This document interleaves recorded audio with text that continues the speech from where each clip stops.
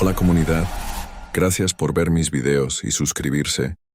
Y tú si aún no lo has hecho, te invito a suscribirte y comentar. En el camino con Moses, hoy les traigo otra historia de nuestro México, que ha trascendido por casi 3 siglos. Espero te guste y disfrutes esta historia. La Llorona. El viento azotaba los pasillos de la ex hacienda Siete Reales, como si intentara arrancar sus paredes carcomidas. Las tejas sueltas resonaban con cada ráfaga, y el eco hacía creer que entre los muros alguien caminaba, susurrando, gimiendo. En aquel lugar, todos en Dolores Hidalgo sabían que después de las 11 nadie debía acercarse. Ningún velador se quedaba, ningún curioso se atrevía y ningún valiente duraba más de unos minutos antes de salir corriendo. Decían que entre los matorrales, donde el adobe se caía y los arcos permanecían como esqueletos torcidos, se escuchaba el llanto quebrado de una mujer, un lamento tan agudo que desgarraba los huesos más que los oídos. La historia había sido heredada por generaciones. Una mujer vestida de blanco, delgada como un suspiro, flotando por los corredores con el cabello cubierto de tierra y los pies arrastrando hojas secas. A veces aparecía sentada junto al viejo canal que cruzaba la hacienda, otras veces parada detrás de algún visitante, respirándole en la nuca, pero nadie sabía con certeza por qué su alma estaba condenada a vagar. Algunos decían que había perdido a su hijo en un accidente, entre los túneles de mina que conectaban antiguamente con la hacienda. Otros afirmaban que había sido una amante asesinada por un hacendado celoso, y unos pocos, los que hablaban en voz baja, aseguraban que bajo una de las naves derruidas se escondía su tumba, sellada con piedras y raíces. Esa duda fue precisamente la que trajo a Mateo y a Camila aquella noche. Ambos estudiantes de historia, obsesionados con las leyendas locales, habían escuchado un rumor recién resurgido. Un campesino que buscaba hierbas cerca de la hacienda había tropezado con una lápida vieja, semienterrada, marcada con un solo nombre borrado por el tiempo. Al tocarla, juró haber escuchado un lamento detrás de él. Nadie le creyó, pero sus palabras fueron suficientes para encender la curiosidad de los dos jóvenes. Cuando llegaron, la luna apenas iluminaba los arcos de piedra, proyectando sombras irregulares sobre el suelo. Los postes eléctricos no llegaban tan lejos, y la hacienda se hundía en una oscuridad casi palpable. Mateo avanzó encendiendo una lámpara, mientras Camila cubría su nariz para protegerse del olor a humedad y tierra mojada. El chirrido de la gran puerta de madera los recibió como un grito viejo, anunciando que ya habían cruzado el límite, que ya estaban dentro del territorio prohibido. Caminaron entre montones de escombros, escuchando cómo sus pasos retumbaban en los techos quebrados. Cada eco parecía responderles con un tono más lento y distante, como un gemido. El aire era helado, inusual para la temporada, y se sentía cargado de una presencia que no sabían explicar. Camila detuvo el paso. A lo lejos, por donde los arcos se alineaban formando un corredor natural, se escuchó algo que no debería estar ahí. Un sollozo, lento, doloroso, tan humano que sintieron cómo se helaba la sangre en su interior. ¿Lo escuchaste?, susurró ella. Mateo tragó saliva. Sí, viene de allá. Caminaron hacia la zona más abandonada, donde la maleza crecía como si quisiera tragar el lugar completo. El llanto se hizo más claro. Era la voz de una mujer quebrada, profunda, tan triste que parecía arrastrar siglos de dolor. Camila sintió un escalofrío que le recorrió toda la espalda. El llanto se detenía de golpe y luego regresaba más desesperado. Entonces, cuando doblaron una esquina, lo vieron. Un montículo de tierra sobresalía del suelo, rodeado de piedras antiguas marcadas por musgo. Y justo encima, algo brilló a la luz de la luna, un pedazo de tela blanca. Camila avanzó temblando. La tela parecía pertenecer a un vestido antiguo, desgarrado, como si hubiera sido arrancado a la fuerza. Mateo alzó la lámpara y descubrió una placa de piedra, casi cubierta por la tierra. No tenía nombre, solo una cruz torpe grabada con manos inexpertas. El lamento se escuchó otra vez, mucho más cerca, tan cerca que parecía brotar desde el interior de aquel montículo. «Esto no es una tumba común», susurró Mateo. «Parece hecha a escondidas», respondió Camila apartando las hojas con cuidado. Entonces, el viento cambió. Era como si el aire hubiera sido absorbido por un enorme vacío. Las hojas dejaron de moverse, los animales callaron y el silencio se volvió tan espeso que dolía. Camila abrió la boca para decir algo, pero antes de que pudiera emitir una palabra, detrás de ellos se escuchó el sonido de pasos, lentos, arrastrados. Cercanos se giraron al mismo tiempo. La luz de la lámpara tembló. Entre los arcos, emergiendo como si formara parte de la oscuridad misma, apareció la silueta de una mujer. Tenía un vestido blanco tan sucio que parecía gris. El cabello larguísimo le caía sobre el rostro cubierto de tierra. Sus manos estaban rígidas, con los dedos extendidos como garras. No caminaba. Flotaba unos centímetros sobre el suelo, moviéndose con una lentitud antinatural. Y aunque no se le veía el rostro, un grito se escapó de ella, tan desgarrador que hizo retumbar los muros. ¡Ay, mis hijos! El eco del grito pareció multiplicarse, viajando por cada rincón de la hacienda. Mateo retrocedió tropezando, pero Camila no pudo moverse. La figura avanzaba hacia ellos, su llanto convirtiéndose en un lamento grave, casi animal. La lámpara parpadeó. La mujer se detuvo frente a la tumba. Sus manos temblaron. Bajó lentamente la cabeza como si reconociera aquel lugar. Y entonces comenzó a llorar, esta vez con un dolor tan profundo que parecía romper la tierra bajo sus pies. Camila, aún paralizada, entendió algo. Ella, cuida esto, es su tumba. Mateo negó con la cabeza. ¿Cómo puede ser su tumba si está aquí afuera? Su cuerpo no descansa ahí, dijo Camila con voz temblorosa. Solo su nombre y su pecado. La Llorona levantó lentamente el rostro. Sus ojos hundidos y oscuros parecían dos pozos sin fondo. Sus labios se abrieron para emitir un lamento que rebotó en todas direcciones. La tierra comenzó a crujir. La tumba vibró.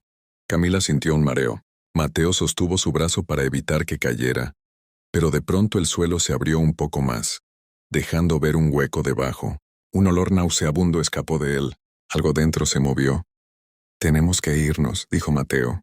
Pero la Llorona les bloqueó el paso, extendiendo sus brazos. No parecía querer atacar. Parecía suplicar. Camila entendió la expresión de aquella presencia. Su llanto no era de odio. Era una súplica desesperada. La mujer espectral señaló la tumba y luego tocó su pecho. Mateo miró a Camila buscando respuestas, pero ella ya había comprendido lo que ocurría. «Quiere que la liberen, que encuentren la verdad sobre ella», susurró. La figura lloró aún más fuerte, y el viento se levantó de golpe, arrastrando polvo y hojas como un remolino que rodeó la tumba. Dentro del agujero, un objeto brilló débilmente. Camila se inclinó con cautela y lo tomó. Un broche antiguo, con la figura de un niño tallado en plata. Cuando levantó el broche, la Llorona emitió un gemido tan doloroso que la hacienda completa pareció estremecerse.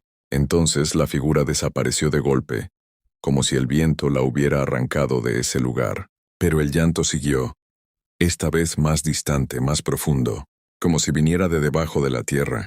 Regresaron al pueblo con el broche envuelto en una tela. Ninguno de los dos habló durante el camino. El llanto seguía resonando en sus cabezas, casi como si los hubiera seguido. Al llegar a Dolores Hidalgo, buscaron a don Leandro, el hombre mayor que conocía todas las historias antiguas del lugar. Cuando vio el broche palideció. «Ese símbolo, lo he visto antes», dijo pasándose la mano por la frente.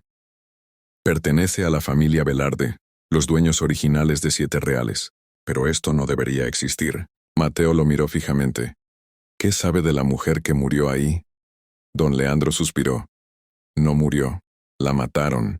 Les contó entonces la historia olvidada de Lucía Velarde, una joven de la familia que había quedado embarazada de un capataz. La relación era prohibida. La familia no permitiría que su apellido se mezclara con alguien que no consideraban digno. Cuando el bebé nació, el padre de Lucía ordenó que lo escondieran lejos, entregado a manos desconocidas. Lucía enloqueció de dolor. Vagó por la hacienda durante días llorando, buscando a su hijo. Nadie la ayudó. La familia, avergonzada, decidió ocultar su nombre, encerrarla en su propia casa y finalmente enterrarla viva bajo una de las naves, en una tumba sin nombre, para que nadie conociera la desgracia. Mateo apretó los puños. ¿Y su hijo? Don Leandro bajó la mirada. Dicen que murió enfermo antes de cumplir 1 año. Nunca regresó a la hacienda. Camila sintió cómo le dolía el pecho. El llanto de la mujer ya tenía sentido. No lloraba solo por su hijo, lloraba por el abandono, por la injusticia, por ser enterrada viva. Aquella misma noche volvieron a la hacienda. Tenían que terminar lo que habían iniciado. El viento los recibió con la misma fuerza, pero ahora el ambiente estaba aún más cargado. Era como si la hacienda supiera que iban a revelar lo que había estado escondido por generaciones. Llegaron a la tumba. El montículo estaba más hundido, como si hubiera respirado, o como si algo adentro hubiera intentado salir. Camila sostuvo el broche sobre la tierra. «Lucía», susurró, «vinimos a devolverte lo que te quitaron». El llanto regresó, primero como un murmullo, luego como un grito desgarrador que los obligó a taparse los oídos. Mateo dio un paso atrás. La tierra vibró otra vez y una grieta se abrió alrededor de la tumba. De ella salió un viento helado que tenía el olor de una tumba recién abierta. La figura volvió a aparecer, más nítida, más cercana. Su rostro ahora era visible, pálido, demacrado, con surcos de lágrimas secas. Sus ojos brillaban con un vacío inmenso. Avanzó lentamente hacia Camila, extendiendo una mano. La joven tembló, pero no retrocedió. Colocó el broche en la mano espectral. La figura lo sostuvo por un instante. Luego lo llevó a su pecho. Un grito estremeció los muros. La figura cayó de rodillas. La tierra tembló con más fuerza. Algo debajo de ellos se quebró. Entonces, un segundo llanto surgió desde la tierra. El llanto de un niño. El sonido era agudo, débil, parecido al que hacía un bebé en su primer respiro. Camila sintió cómo las lágrimas le corrían por la cara. La llorona levantó el rostro. Por primera vez no gritaba, no suplicaba. Su expresión mostraba un dolor antiguo, pero también una chispa de alivio. Extendió ambas manos hacia el suelo, como si quisiera levantar entre sus brazos a aquel espíritu infantil que lloraba desde las profundidades. La grieta se abrió más. Mateo trató de alejar a Camila, pero ella no se movió. Algo dentro de la tierra comenzó a emerger. Una luz tenue, azulada, que tomaba la forma pequeña de un niño envuelto en una manta. La figura flotó lentamente hacia la mujer espectral. Al tocar sus brazos, el llanto del bebé se convirtió en un murmullo suave, tranquilo. La llorona lo sostuvo con delicadeza. Su vestido grisáceo comenzó a cambiar. La suciedad desaparecía. La tela se volvía blanca otra vez, casi luminosa. Su rostro se transformó en uno joven, aunque aún marcado por la tristeza. Mateo retrocedió. ¿Qué está pasando? Camila no podía quitar los ojos del fenómeno. Está reuniéndose con su hijo después de tanto, pero la transformación no era completa. La tierra seguía temblando. Las paredes de la hacienda comenzaron a crujir con un estruendo que parecía un lamento colectivo. La mujer levantó al niño, pero algo la detenía. El viento se volvió violento. A su alrededor, sombras negras surgieron del suelo como si fueran raíces vivas. Intentaban arrastrar a la mujer hacia la tumba. Ella luchó, pero las sombras envolvieron sus pies y tiraron hacia abajo. Camila gritó, «¡No dejen que la lleve!». No otra vez. Sin pensarlo, se lanzó hacia la figura y tomó su mano espectral. Mateo, desesperado, intentó sujetar el brazo de Camila. Entre los tres se formó un círculo extraño.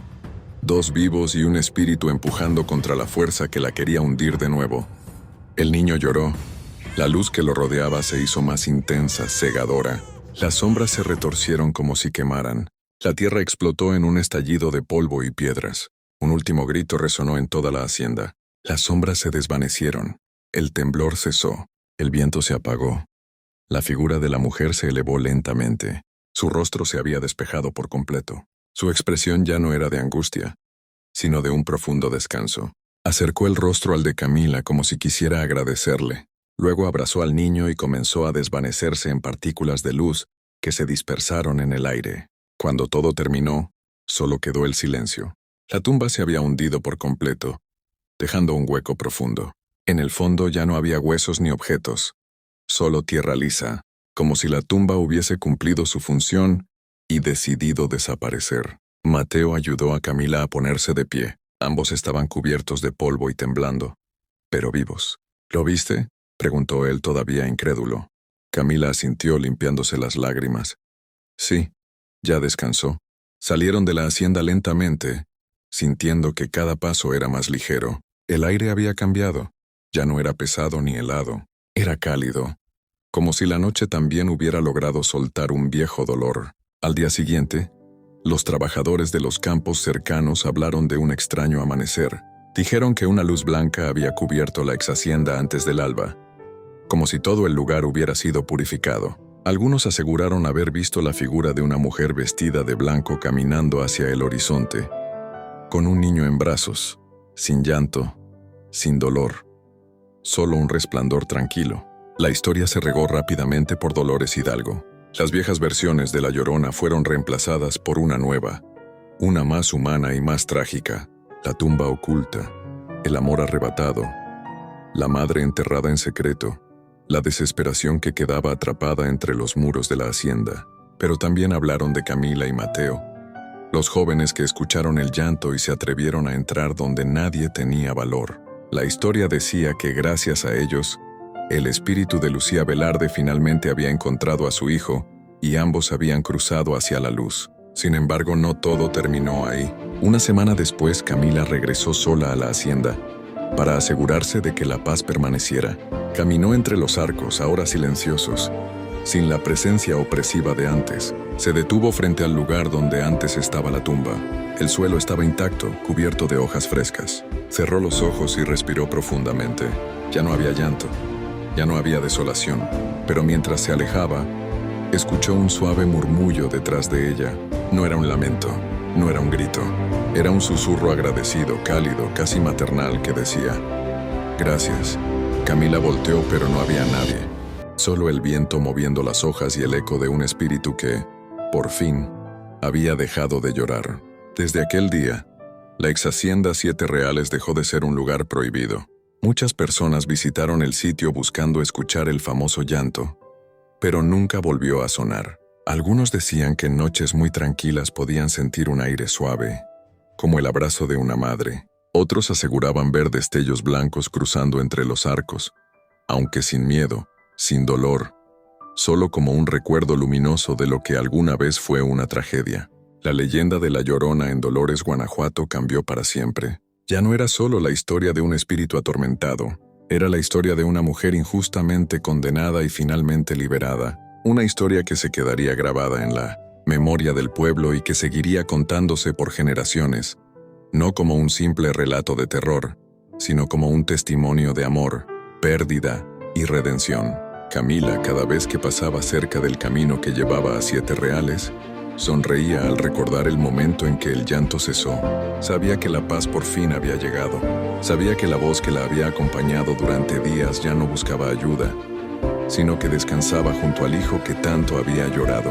La hacienda quedó envuelta en una tranquilidad que nunca antes había tenido, y la tumba desaparecida se convirtió en un símbolo silencioso de un final justo.